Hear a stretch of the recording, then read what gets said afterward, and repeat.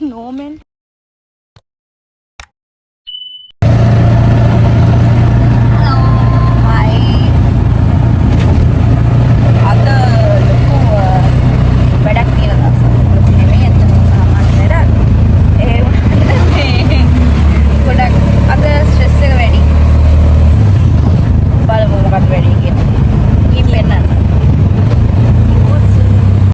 ඉතින් මේ තමයි අපේ ෆයිනල් සෙමෙස්ටර් එකේ ෆස්ට් ප්‍රසන්ටේෂන් එක අපිට තිබුණ දවස.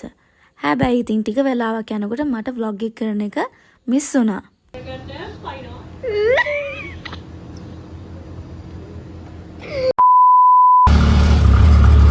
ඉතින් මේ තමයි අපේ සෙකන්ඩ් ප්‍රසන්ටේෂන් ඩේ එක.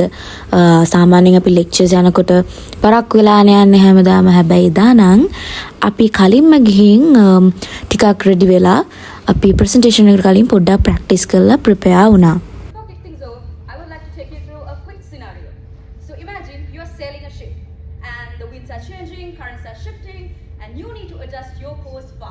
ඇත්තටම කලින් ප්‍රසන්ටේෂන් එක කියන්නේ ෆස්ට් ප්‍රසන්ටේෂන් එකට වඩා මේ ප්‍රසන්ටේෂන් එකට අපිට ප්‍රිපෙයාර් වෙන්න ඇත්තටම තිබුණේ දවස් 2ක් විතර. ඒ හින්දාම ටිකක් බය තිබුණා. හැබැයි මොකක් හරි හේතුවක් හින්දා කලින් ප්‍රසන්ටේෂන් එකේ තරම් කියන්නේ ස්ට්‍රෙස් එකක් තිබුණේ නැහැ. කලින් ප්‍රසන්ටේෂන් එක හරි stressful.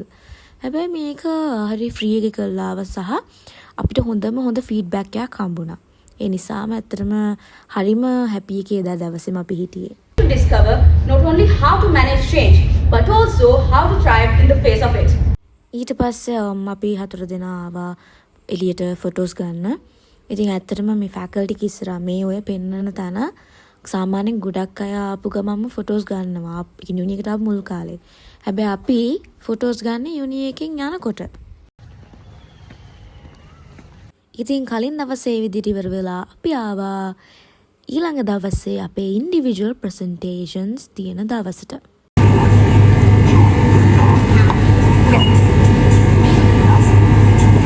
This is like one of my favorite drinks.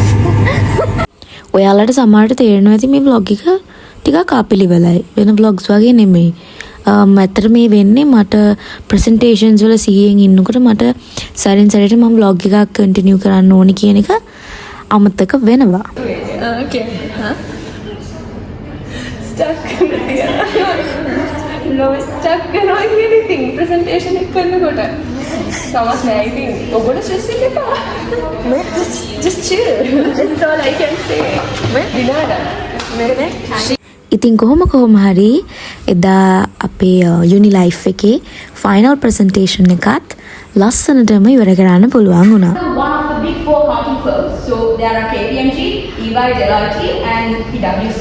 So ඇත්තටම බැලුවොත් ප්‍රසන්ටේෂන් එකක් කියන්නේ හරියම ලේසියෙන් කරන්න පුළුවන් දෙයක්. ඒ කියන්නේ අපි හරියට කන්ටෙන්ට් එක දන්නවා නම් අපිට අපේ ලැන්ග්වේජ් එක අපි හරියට හසුරවන්න දන්නවා නම් අපිට ලැබෙන ලේසිම අසයින්මන්ට් ටයිප් එක තමයි ප්‍රසන්ටේෂන්ස් කියන්නේ.